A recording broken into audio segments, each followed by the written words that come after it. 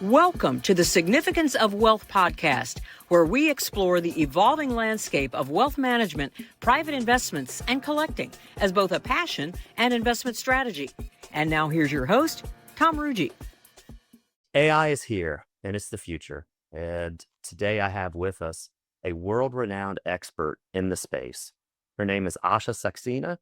Asha, first of all, thank you so much for being here with us today. I'm excited to be here and I love this topic. So I'm looking forward to sharing what I know and hopefully add value to your listeners. Well, I've done a lot of background research, and you know an awful lot more than I do, and I would imagine most of our listeners. So I think everybody's going to be excited to hear what you have to say. But let's first talk a little bit about, what is your background, what got you kind of to where you are today, and also maybe throw in, what's motivating you to keep moving, and what's the vision of your future and, in particular within your field on a go forward basis. And I have to say that as a leader in your industry, we all have to be lifelong learner in today's day and age, and we evolve from where we start. We never really stay where we started. I went to school for computer science engineering and did my master's in data science, PhD in high performance computing. So my academic is all around technology. And I started my career as a programmer, but very quickly built a data management consulting firm, which I ran for 22 years as a CEO, which grew rapidly. I mean, I was growing the technology firm in 90s and early 2000, and that was the time when there was a whole dot-com internet. And we were moving our technology from legacy systems to client server technology and then internet. And so there was a whole boom at that time. And then I built an e-commerce company and a healthcare software company where it was machine learning model. And I would tell you, it's a fascination of how data, we were storing the data in structured format. And now we had this big data revolution where we could actually analyze the data. So my career really spans from the early days of databases to now big data and machine learning. And during this time, I think I was blessed to be able to start teaching at Columbia University, where I teach entrepreneurship and AI now, Hmm. which is, I tell you, at our stage of our career, it is such a great honor to give back and build Absolutely. the next stage of leadership. And that led me to writing the books I wrote on AI, and now I lead a large mission-based organization that is focused on building a fair digital world through responsible AI. And so we have leaders around the globe from Fortune 1000 companies who care about making sure that AI is implemented effectively. That sounds amazing. And we will talk a little bit more about your books. Again, I've done a little research on it, and it's going to be soon on my to read list, and hopefully some of our listeners as well. But, one of the things you mentioned was, we're both old enough to have gone through kind of the early stages of the internet. And I think there's a huge overlay Yeah. between what happened with the internet, let's say the early to mid 90s, and kind of where we are in the AI stage at this point. Um, but I think one of the differences is, and this will be my end question, which is the pace at which things are moving. I'd like your input on that. But I would first say, I actually came into this year in my mind saying, okay, 2025 is going to be the year of AI. And to me, what that meant is AI was going to become basically known as kind of a household name, if you will. People are going to know what it is. And maybe there's going to be some decent adoption, even if just, very basic adoption. And then I felt like in 2026, that adoption was going to be more mainstream, kind of like the internet adoption became mainstream. And yet, really, to my surprise, I think that we've already surpassed my personal expectations for where we'd be in 2026. So I'll get back to my question to you, which is just how fast is this really moving? It is moving really fast beyond all of our expectations. I think the leaders, the large tech leaders like Google, Amazon, Microsoft, OpenAI, everyone is surprised how fast it is moving. So it's not just the common people who are not developing AI, but Right. also the engineers who are working with it are surprised about the pace. And I have to tell you that AI is not a new concept. In 1950s, artificial intelligence was coined. The term was coined, Hmm. and it kind of stalled because these models need data to be fed, and these models get stronger as you feed the data, and data is the food for these models. And big data revolution, and especially during the pandemic, we all went digital. So the more data is available for these models to learn from, the stronger and better they become. When ChatGPT came out, within 2 months, it reached 100 million users, faster than, and we used to talk about TikTok and Instagram and Netflix. But now ChatGPT changed the adoption like never before. And in fact, there's a lot of reports, McKinsey, PwC, all these large firms are publishing these reports, and they are predicting that AI will add about $15.7 trillion to global GDP by 2030. So the growth is here. I mean, a lot of times I find people who meet with me will talk about should we not? And I always say it's not a question of should you, it's a question, how would you? So really it's not about focusing just on technology, but it's really about your leadership in organizations. When you're running an organization, you want to really think about, am I just chasing the new buzzword, new technology that's coming, or I'm actually using the technology as such a powerful tool like AI to make sure I can prioritize my business priorities? Can I really use this technology to enhance, improve, and align the organization with the business priorities they have? So I really think it's an opportunity like never before. And we've seen really great, I mean, in 3, 4 decades of our work experiences, we've seen, opportunities, but this is nothing like before we all have seen. And I think there's so much opportunity that if you're a professional, you're a leader, you're a CEO, you're running organizations, you need to start investing in learning. I spoke about the lifelong learner theme, and I think AI has made it mandated that you have to constantly keep learning. And I think a lot of us who are in the field, we are constantly reading and we still feel that we are behind. Yep. We're left behind. It's me. Yep. In fact, I read a daily newsletter on AI. I have a weekly to do that I update every single quarter. So every quarter, I have 13 different topics I want to make sure to research in AI. And yet I still feel woefully behind. Exactly. And I think you're not alone. I think everyone today feels that I can't consume enough. I mean, there's new technology, new apps coming every day. And now we are entering the world of AI agents. We are building these customized, personalized agents. And, in the book, I talk a little bit about that when you think about AI, it's not about just, as I say, there's so many newsletters. It's not just about reading newsletters or podcasts and just consuming the information, but it's also thinking about what's my number one business challenge that AI can solve. What should I really be focusing on? How do I apply AI to my front office, or personalize or create your client insights, or do risk analysis or automation? Those are the use cases. So it really it's about not just getting lost in this technology, but really thinking about how you can apply this. And, in the book, I talk about the frameworks, really understand where your business is if you're looking at AI for your business. So I talk about the business assessment and then the data readiness. Do you have the right data, the quality, is it governed, is it secure? One of the use cases can you use for using AI to solve your top 2, 3 business problems? Is it Mhm.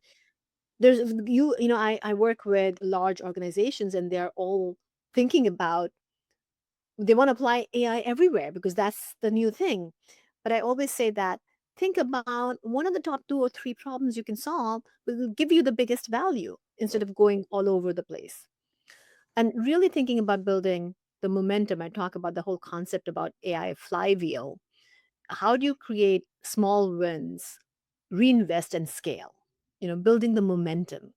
So really focusing and solving the important problems becomes critical in this day and age. I saw in doing the research, so your first book is The AI Factor, correct? Yes. And so I saw a lot in there about the flywheel. Can you give me a little more explanation about that? And then I also want to transition to the second book, or seems like kind of a workbook that you came out with afterwards, but would love to hear more about the flywheel. Yeah, so in the book, the first book, The AI Factor, I wrote the book because I spent 35 years in the industry, and what I realized is that a lot of time the technology conversation becomes all buzzwords and business doesn't really get it.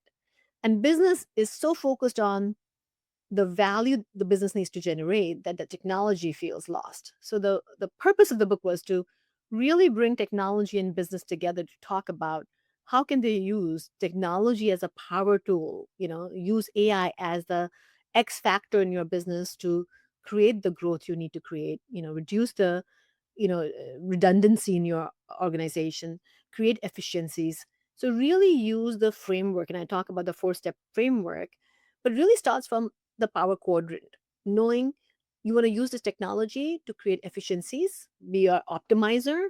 You can be create acceleration in your business, innovation in your business. So you want to be an innovator, or you want to be able to get market share, or be an extender, or you can be a multiplier. You can really change your business model. So really understanding what quadrant do you fit in first, and then look at the l- data, which is the data readiness framework I talk about. Then comes the prioritization of the use cases, and then lastly is the AI flywheel. When you go through those first three steps, it gives you a very focused approach of using AI to create the change, effective change you need to create. I have some of the clients who will say, "Oh, we went out and bought OpenAI, chat large language model licenses, and we are struggling because there's no adoption." So if you don't have a proper plan of where and how you're going to use AI within your business, then it's a chaos. And so the AI flywheel talks about starting small, creating small wins, and then creating the scale instead of going out and buying licenses for, OpenAI licenses for all your employees. And there were like 70,000 employees. But that will cause a lot of confusion. So, really thinking about small wins and then scaling is what AI flywheel is all about. That makes so much sense because I probably, and obviously, we're not a 70,000 employee business. We're a much smaller business, but, the nation's made up of a lot of small businesses. Yes. And I'm probably wound to be that typical business owner that you're talking about that is kind of the mentality is, hey, I want it all. I want to bring it in. How do we throw everything against the wall and see what sticks? And what you're really saying, which makes so much sense, is have a focus on one or two or three areas that can have the greatest impact and really silo that focus so that you can take advantage of it, which probably will propel you as you expand down the line to being more prepared to bring on additional, or adapt additional types of AI to continue to help different areas. Exactly. And then you spoke about the workbook. I wrote the first book, and then a lot of these business leaders were coming to me and they were saying, "Listen, we read the book, we like it, it all makes sense. Where do I start? You know, do you have a playbook? Can we look at a step by step, you know, checklist, assessment exercises that we can use with our employees, with our teams to start implementing?" And so that's when I thought about the workbook, because the frameworks are great, but if you don't know how to really execute, then it becomes shelfware, right? So the whole thought was just not making this theory strategy needs to be executed. So how do I transfer strategy into something which people can use step by step workbook to assess the maturity, of their organization, think about where the opportunity lies for my business value. They can create a roadmap, so the first was the book, then came the workbook, and then I launched the AI Factor Institute for Strategy so that I can provide the tools that organizations need to make sure that they can not just hear about it, but also implement it. Yeah. And the name of the book, I'll plug that, is the AI Factor Workbook, a playbook for achieving exponential growth. My next question, candidly, is a selfish question, but just curious. I know you've done some things on the wealth management side. I'm curious where you see the biggest opportunities for somebody in my field. Let's call it, could be an investment consultant, it could be a more wealth management component, or of course, as you know, we run a multifamily office as well. What do you think the biggest opportunities for us are? And if we were looking at the flywheel, what would be your suggestion on maybe the one or two areas that we should probably focus on first? Yeah. A great question. And I have to say that what a great industry to use AI to serve your customers. Really think about, we have this power now to personalize at scale. Personalization is going to be a big thing in 25, 26, because hyper personalization on advice based on client patterns would be critical, right? We already have Bank America and many other large retail firms who are using personalized chatbots to kind of give you advice and so on. But I think the wealth managers and the boutique firms can use AI to truly serve their clients, to understand and be more proactive instead of reactive. Really understand when and what your clients' needs are and how to address them. So I think hyper personalization is a big one, which we'll see and hear a lot more in the wealth management industry. I truly believe that it's not replacing the wealth manager. That's another question I get. I think this will become the tool that wealth managers could use to get more closer to their customers. I mean, it's truly a luxury when clients can get that kind of personalized service from their firms. And I also think risk intelligence is another good use case for wealth managers to really think about analyzing the models for microeconomics or geopolitical risk. I also think the operational efficiency, which has been used for across all industries, a lot of automation, reporting. I think wealth managers can truly create the efficiencies on onboarding or compliance situations.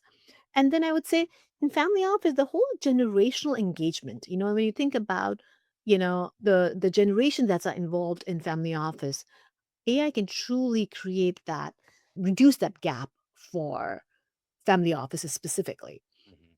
So I think AI can definitely help with compliance, personalization, quick ROI, and really become this tool for wealth managers to create that connectivity with their clients Yeah. like never before. I 100% agree with you. The one area that I don't know if it's a disagreement, but maybe it's just a different way of looking at it, is I do think in a roundabout way that AI will put some wealth managers out of business.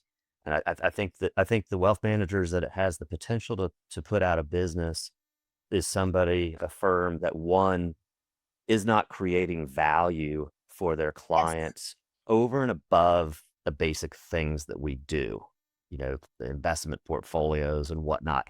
I think that value creation is going to be key to surviving in our business. But in tandem with that, to exactly, Asha, what you're saying is the adapting and the adoption of this technology to make what we're doing and to make what we're doing so much better, but also to create additional value even above and beyond what we're currently doing. I agree. So they say AI is not going to replace you, but the person who knows how to use AI will replace you. Yes, So that's perfect. I agree with what you're saying, because what I was saying originally was that AI won't replace you. But what I'm hearing is that if you don't add value and if you don't use a tool like AI to actually, create the hyper personalization or, the return on investment for your clients, it's going to be hard for you. I agree 100%. So, Asha, how would you guide a business owner like me?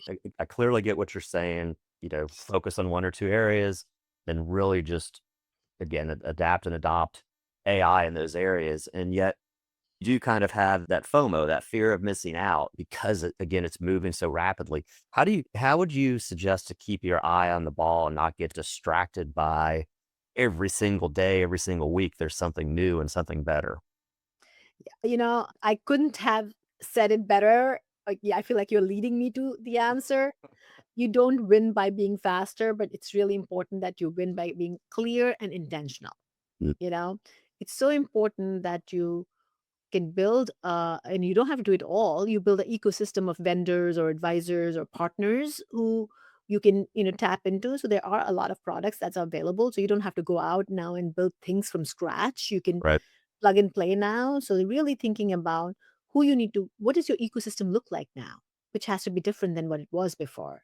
Can you start by testing and learning, instead of just jumping all in and, and just running after the shiny object.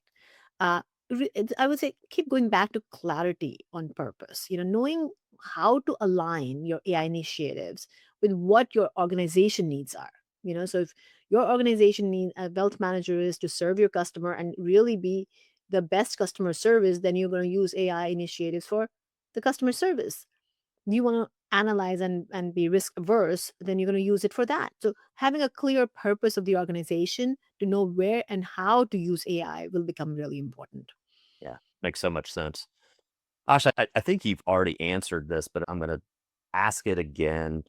My business coach says that he likes slow learners with large pocketbooks. I love that quote. But sometimes you have to hear things over and over. But what do you see that really separates companies that are successfully adopting AI versus companies that are not successfully adopting this? The very, very first thing I'm going to talk about, of course, having the clarity, which we spoke about already, Hmm. intentionality, aligning your AI with the, I keep saying because I'm an AI strategist, so really not going and want to do it all, but be strategic about where and how you're going to use AI within your business. I think culture is really a big thing, making sure that you have the culture to train, de risk, or empower your employees to learn and test and take chances, And I think it's not a small and easy task because people are scared of this technology. So I would say definitely courage to be able to build some pilots and some POCs to see if can I really implement, You don't want AI to be just a strategic plan. You want to make sure that you can start experimenting, I mean, even though I help build the strategic plans for AI, how do you implement AI within your workflows? How do you automate your workflows with AI? That's a big use case.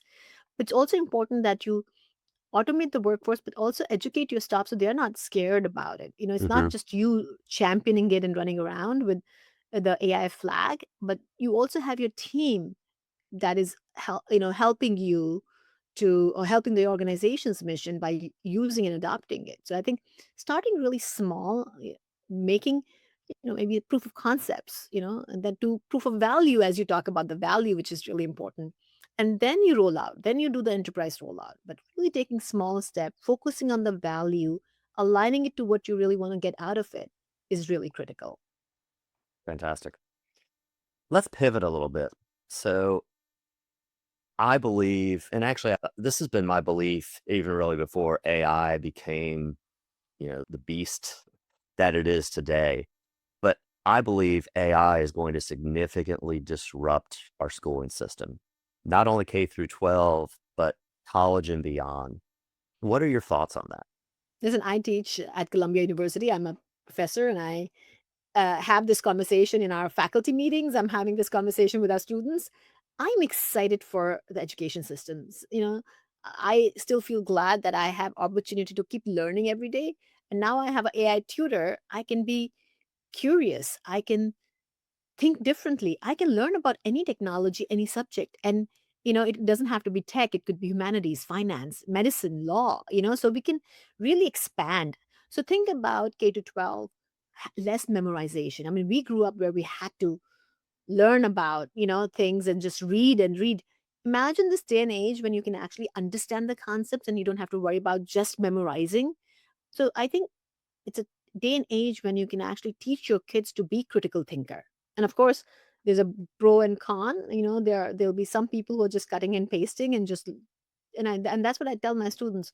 Even how you ask a question from your large language model, how you're curious about a subject will make it or break it for you.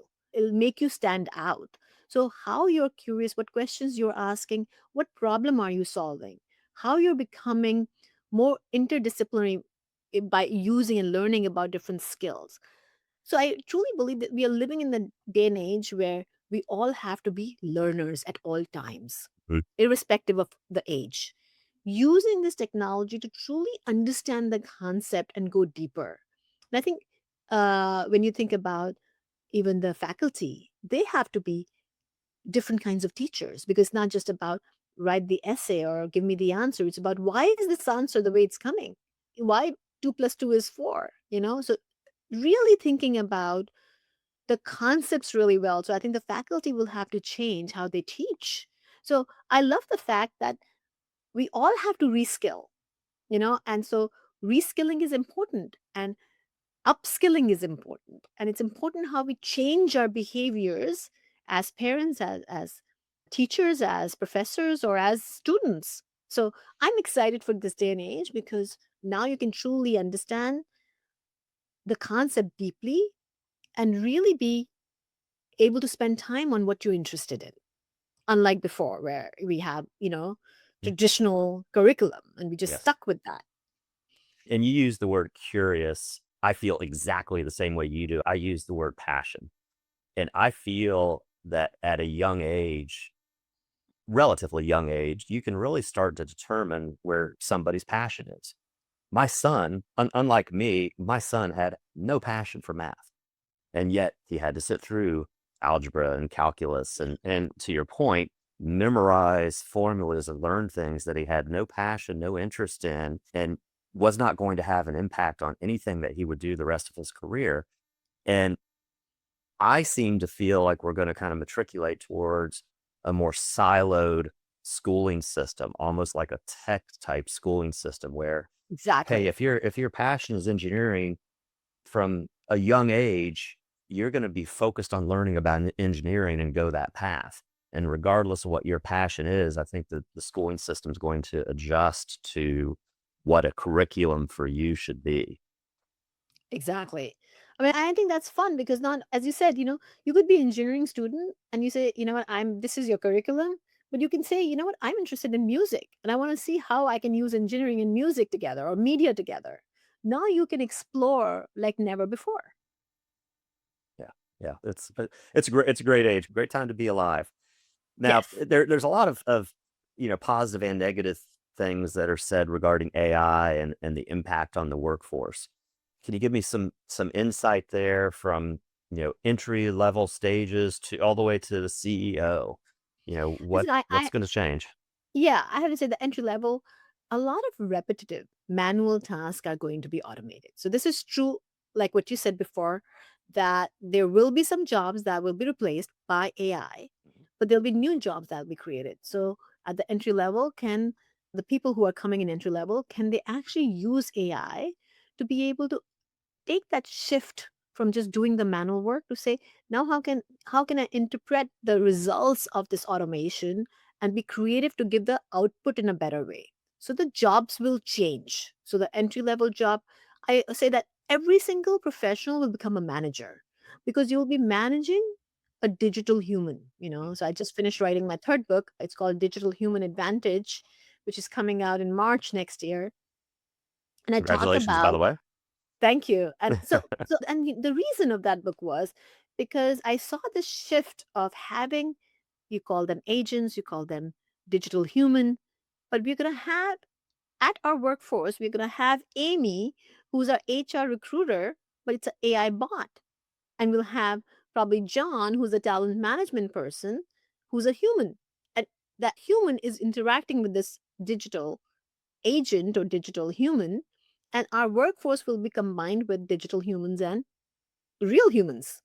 How would our workforce look like? So we all need to. I also did a TEDx in which I talk about human upgrade.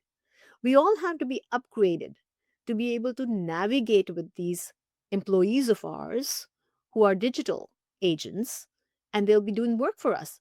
But what we say, how we decide what task they'll be doing, we have to be upgraded. And I think so the middle management has to become more responsible in how they translate or dictate or delegate to the digital humans. Mhm. And then CEOs are going to become our chief learning officers. They have to be dynamic. They have to think about strategy, responsible, ethical AI practices, because now leadership is not just about giving just results, but also this technology is very powerful. It can have good or bad impact. So, as leaders, we have to start deciding how this technology will be implemented within our organization, how our employees are engaging with it. So, it's truly about professionals not only learn how to use AI, but use AI as collaborators, Mhm. understand how to effectively engage with this technology and become better. So 100% the jobs will be redesigned. There will be jobs that will be displaced, but there'll be new jobs created. I always talk about in my class to the students when I'm working with the CEOs and their teams is that you have to learn, and the curious lifelong learner will be the theme of the year. Just make sure that you're learning to add value. There's a lot of value we can add within our organization, but how we do it will differentiate you from the other professionals. I completely agree with you. When I listen to and read about things regarding AI, that there's a lot of negativity out there. And I look at that as, there's a lot of people that look at the glass as being half full or half empty.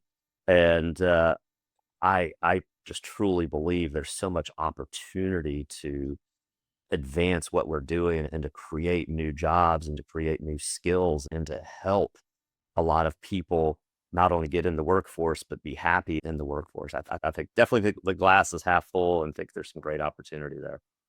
Yeah. So uh, based on that, I mean, so looking ahead, if you could predict over the course of say the next 5 years, what do you think is going to be the biggest disruptor that AI creates?